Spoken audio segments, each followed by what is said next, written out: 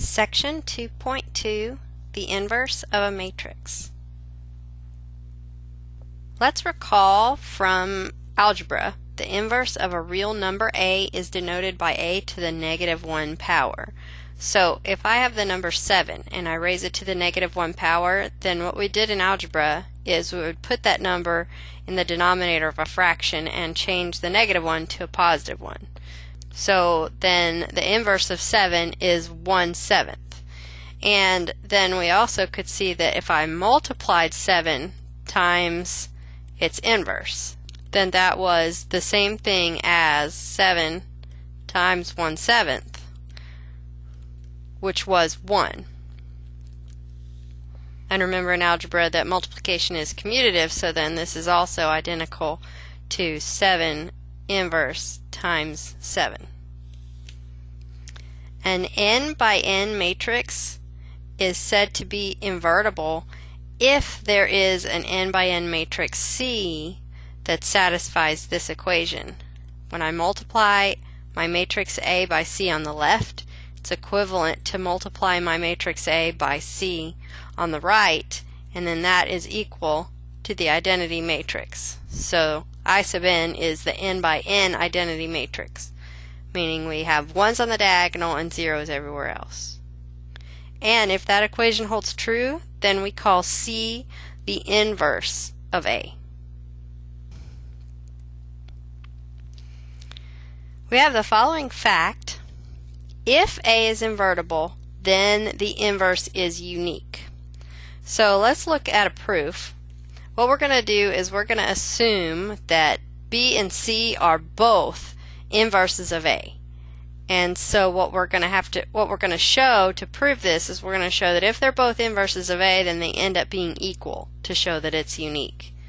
We just looked at the definition of a matrix being invertible, and so we know if B is an inverse of A, then this following equation set holds true, that AB equals BA, which is equal to I. And also the same would then be true of C if it's an inverse of A. So if I have my matrix B, that's an inverse of A, I can then multiply it by the identity I, and we just said that I was equivalent to AC here. So I've got B times AC. Then I can change the grouping here, so I've got BA grouped together and then times C, and I know that BA is equal to I, so then I know that I've got I times C, which is C. So what we've just shown is that the inverse is unique, since we've shown that B has to be equal to C if they're both inverses of A.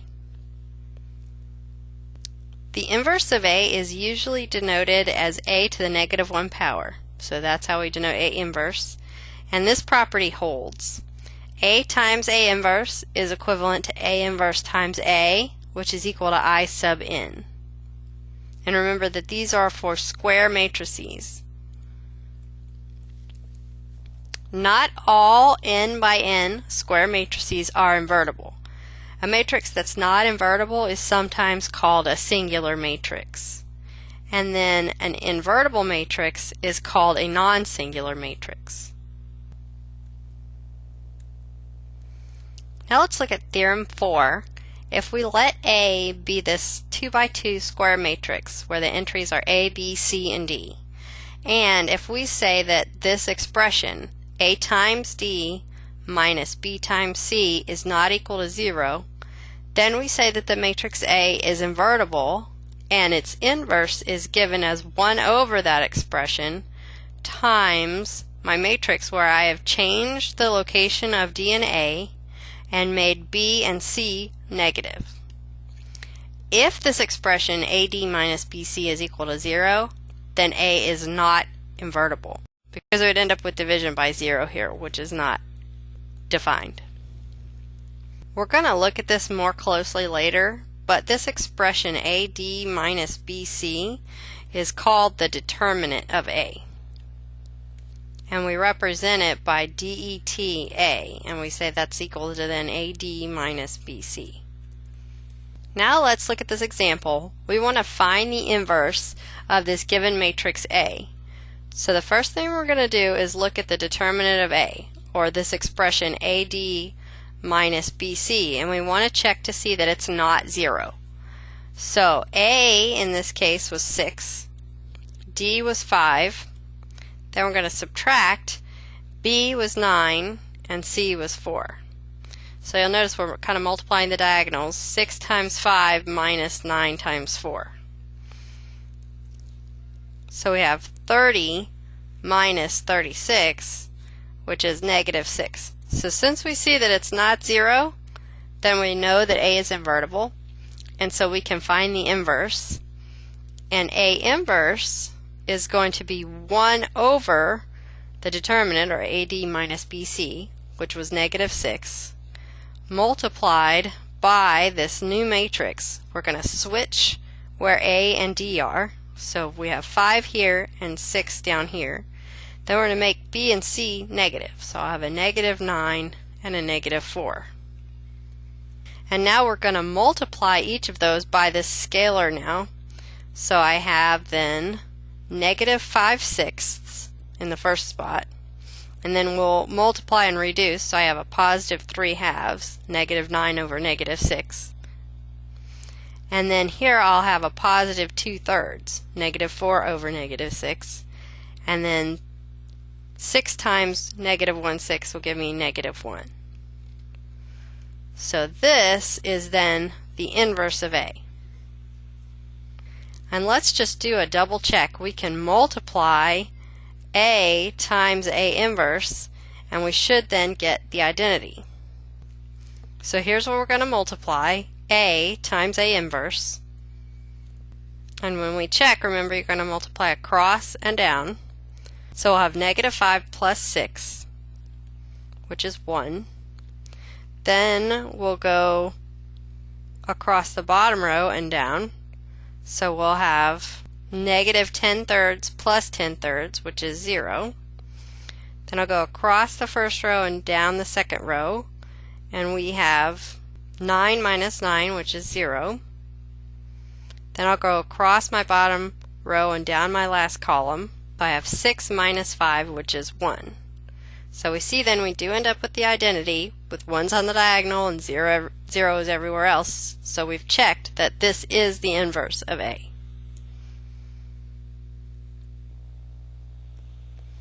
Now let's assume that A is any invertible matrix, and we wish to solve our equation AX equal B. Then I can multiply on the left by A inverse in that equation on both sides of the equal sign. And when we do that, we see that A inverse times A is equal to the identity. And that's then equivalent to A inverse B. Or the identity times X is simply X. It's kind of like multiplying by 1. And so we have then that X is A inverse B. Now let's suppose that W is also a solution to AX equal B. Then we would have that A times W was equal to B. And so we could multiply on the left by A inverse in the same way we did above, which would then mean that W was also equal to A inverse B. So this is the same solution, and so what we've proven is this. Theorem 5 states, if A is an invertible n by n matrix, then for each B in Rn, the equation AX equal B has the unique solution X equal A inverse B. So in this example, we're going to use the inverse of our matrix A to solve our equation. And notice that the matrix A is the coefficient matrix of our system of equations. So first we want to find the inverse of A. So we have to do 1 over the determinant, or 1 over negative 7 times negative 2 minus 3 times 5, which would be 1 over 14 minus 15, which is negative 1. then multiplied by -2, -3, -5, -7.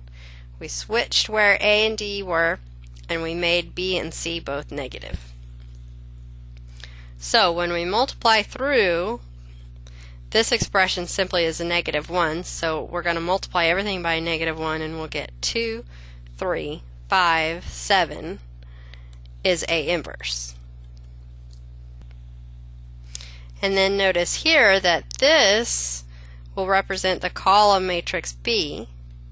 So to solve, we'll have that the solution X is A inverse times my column matrix B. So we have 2, 3, 5, 7 multiplied by the vector 2, 1.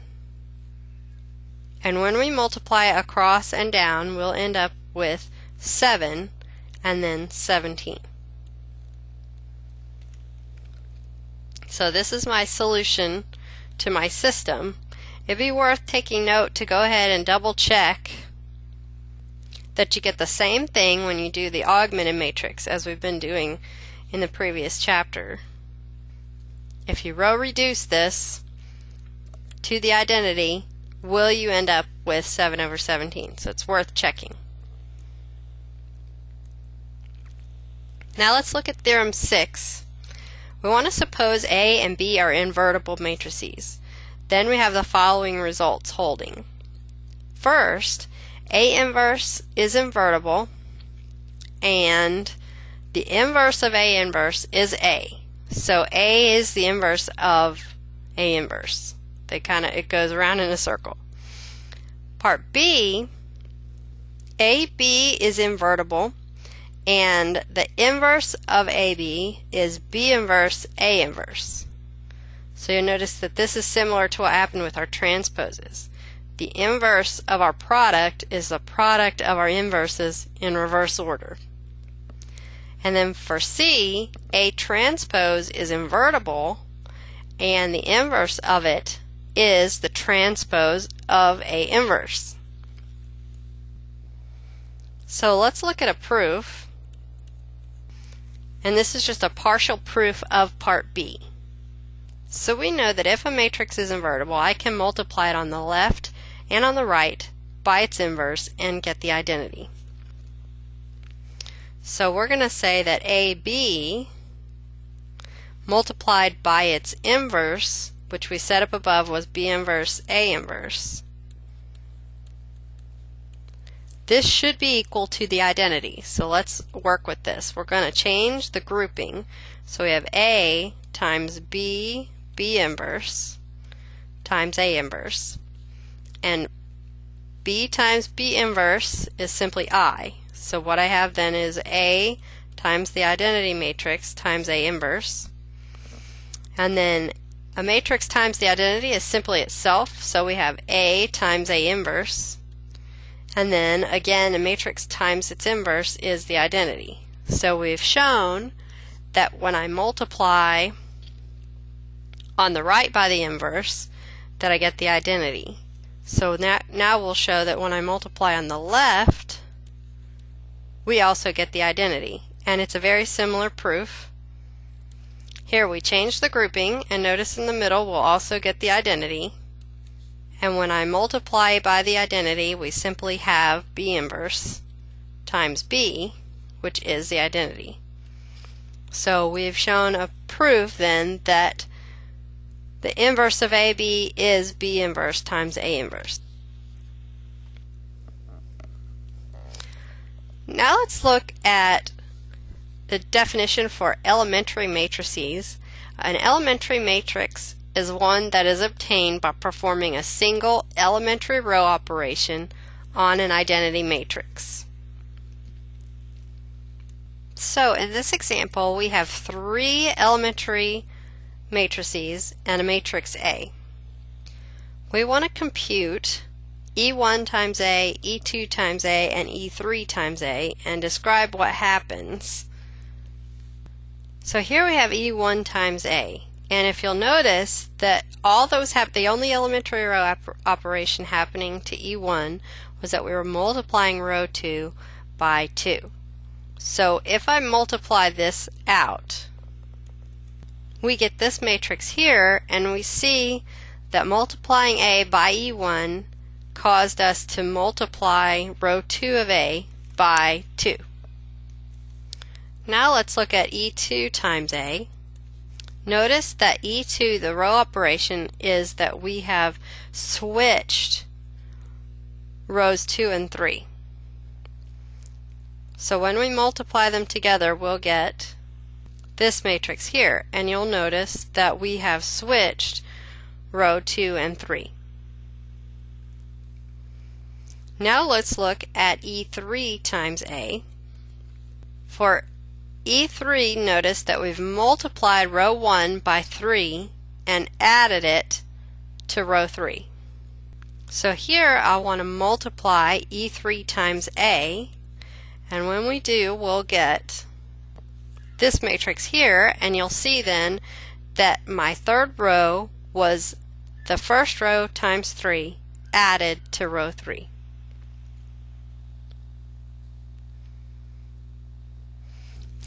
If an elementary row operation is performed on an n by n matrix A, the resulting matrix can be written as EA, where the m by m matrix E is created by performing the same row operation on I sub m.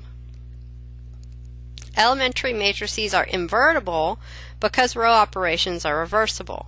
To determine the inverse of an elementary matrix E, determine the elementary row operation needed to transform E back into the identity, and then apply this operation to the identity to find the inverse.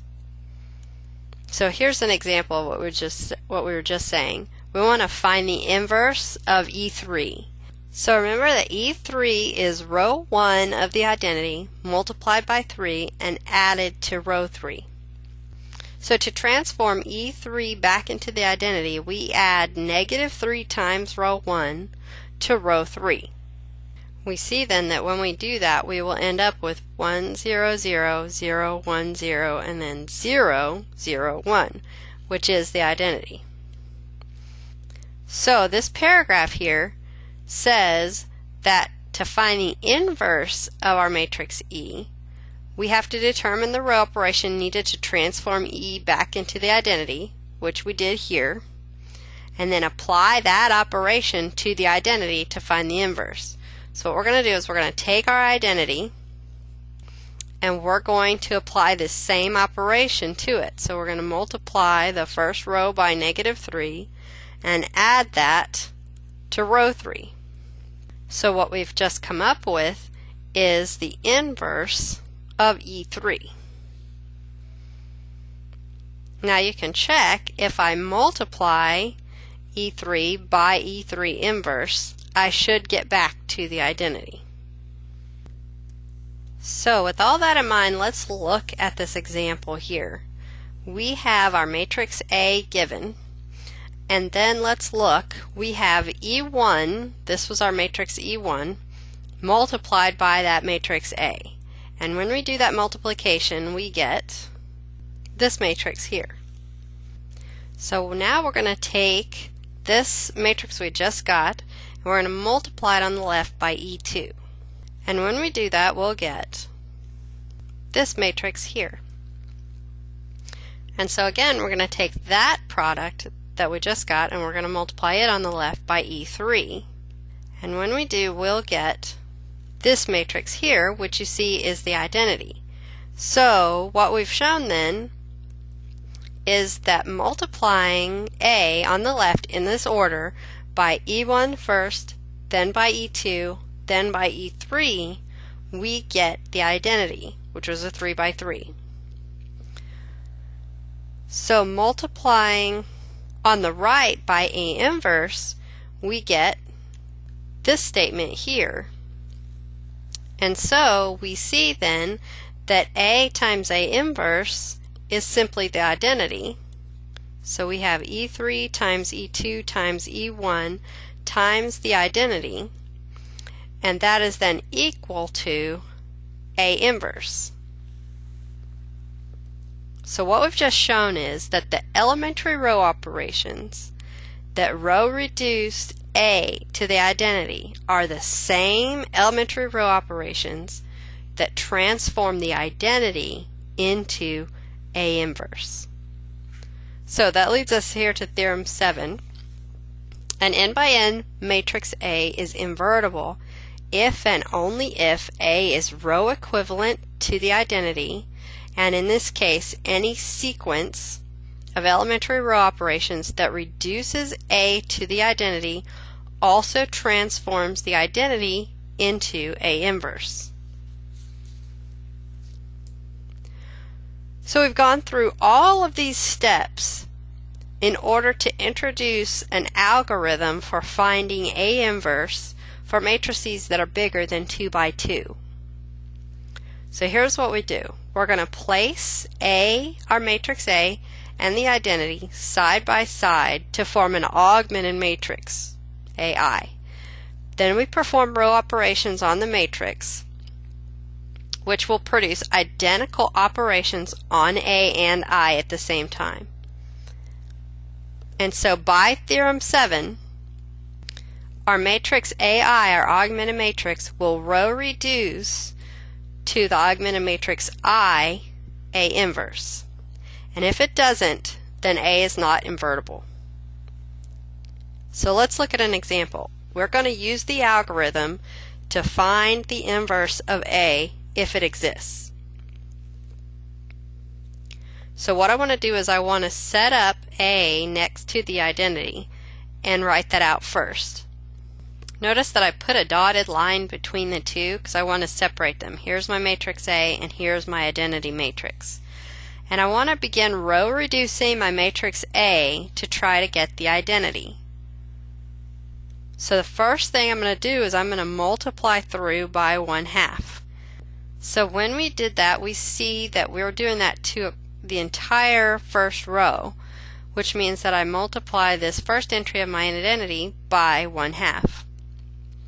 Now I want to interchange rows 2 and 3. And we get this matrix here. So now I'm going to multiply the first row by 3 and add it to the last row. And we see that we get this matrix here. So we see that now on the left I've reduced A to the identity. And so now on the right, my algorithm says that I've achieved or found A inverse. So we've found that A inverse is 1/2, 0, 0, 0, 0, 1, 3/2, 1, 0. And to check, you should multiply your matrix A on the left and on the right by the inverse that we just found, and make sure that both ways you end up with the identity. Now you try. I want you to find the inverse of the following matrices, and so for part A you can find the determinant since it's a 2 by 2, but for part B I want you to use the algorithm that we just introduced, and we'll talk about these in class.